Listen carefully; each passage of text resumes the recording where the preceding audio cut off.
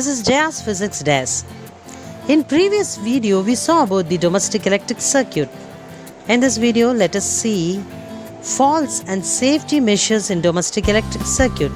Under that, earth wire, fuse, short circuiting and overloading. First, we will see about the earth wire. We all know that wire consists of three wires. One is red wire, positive, live wire. Second wire is a black wire, is a neutral and it's negative. Another wire is a earth wire which has the insulation of a green color. Now we will discuss about what is the function of an earth wire, why is it necessary to earth metallic appliances. The earth wire which has the insulation of a green color is usually connected to the metal plate deep in the earth near the house. This is called a safety measure, especially for those appliances that have a metallic body, for example, electric press, toaster, table fan, refrigerator, etc. If electrical equipments are not connected to the earth wire, then excess or fault current passes through the human body.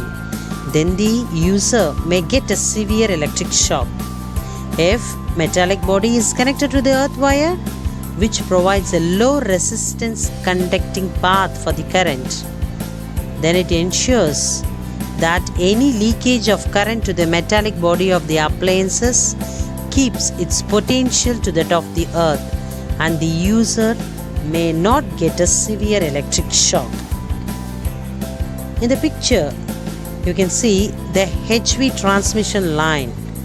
The earth wires are at the top of the towers and are connected directly to the structure. No insulators are used. The earth wire protects the line from lightning. The tower are well earthed through the earthing pits dug nearby. Next, we will see about the fuse. What is a fuse? Electric fuse is an important component of all domestic circuits. We have already studied the principle and the working of a fuse in the previous chapter, electricity. A fuse in a circuit prevents damage to the appliances and the circuit due to overloading. Fuse should be placed in the live wire because the live wire carries a large current. During short circuit or overloading, a current is produced. Then the fuse needs to be in this part of the circuit so that it can blow off. If the fuse was on neutral wire and a fault occurred on the line, would not be sensed by the fuse and the circuit does not blow off. So, fuse is a safety device. It is a thin wire made of tin and lead alloy having a low melting point around 200 degrees Celsius. It is used to prevent the possible damage caused by overloading and short circuiting. Next, we will see about the short circuiting. If the live wire and neutral wire come in contact either directly or via conducting wire, then it is called short circuiting. In this case, the resistance of the circuit is almost zero, which results in the flow of a large current. This heats up the wire dangerously and may lead to fire. The next is overloading. What is overloading?